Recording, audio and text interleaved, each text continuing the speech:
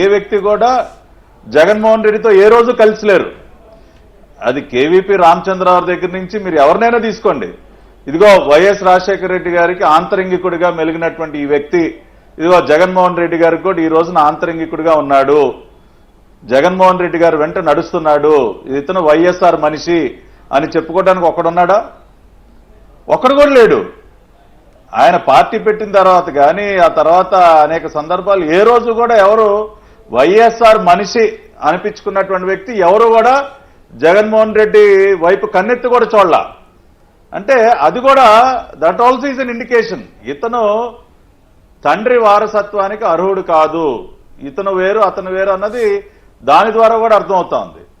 మూడవది, అనేక సందర్భాల్లో రాజశేఖర రెడ్డి గారితో కలిసి పనిచేసినటువంటి అనేక మంది ఆయన సొంత పార్టీలో కానివ్వండి, ప్రతిపక్షంలో ఉన్నటువంటి ఆయనకు వ్యతిరేకంగా ఉన్నటువంటి పార్టీల్లో పనిచేసినటువంటి వారు కానీ, ఇన్క్లూడింగ్ మా నాయకులు నారా చంద్రబాబు నాయుడు గారితో సహా, చంద్రబాబు నాయుడు గారు కూడా స్వయంగా అనేక సందర్భాల్లో నేను రాజశేఖర రెడ్డితో కలిసి పనిచేశాను, రాజశేఖర రెడ్డితో అనేక సందర్భాల్లో పోరాడాను, కానీ అతనికి రాజశేఖర రెడ్డికి ఇతని కొడుకుకి అసలు చాలా తేడా ఉంది అని స్వయంగా చంద్రబాబు నాయుడు గారు కూడా అనేక సందర్భాల్లో మాట్లాడారు. ఇతనంత క్రూరంగా చేశాడు తప్పులు కూడా, రాజశేఖర రెడ్డి గారు ఏ తప్పు చేయలేదు అని మాత్రం నేను అన్నట్లు ఆయన కూడా చేశారు తప్పులు, చాలా రకాల తప్పులు చేశారు ఆయన పరిపాలన. కానీ ఇంత నీచంగా ఇంత క్రూరంగా ఈ విధంగా అయితే నేను ఆయన కూడా చూడలేదని స్వయంగా చంద్రబాబు నాయుడు గారు కూడా అన్నారు. కాబట్టి ఓవరాల్ గా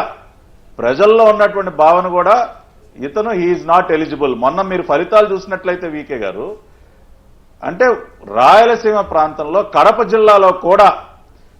జిల్లాలో కూడా ఇవాళ వైఎస్ఆర్ కాంగ్రెస్ పార్టీ ఆ రకంగా భూస్థాపితం అయిపోయిందంటే దానికి కారణం ఏంటంటే నిజంగా జగన్మోహన్ రెడ్డిని వైఎస్ రాజశేఖర రెడ్డి వారసుడిగా ప్రజలు కనుక అంగీకరిస్తే వాళ్ళకి అసలు కంచుకోట లాంటివి కడప జిల్లాలో కూడా అంత దారుణమైనటువంటి ఫలితాలు వస్తాయా?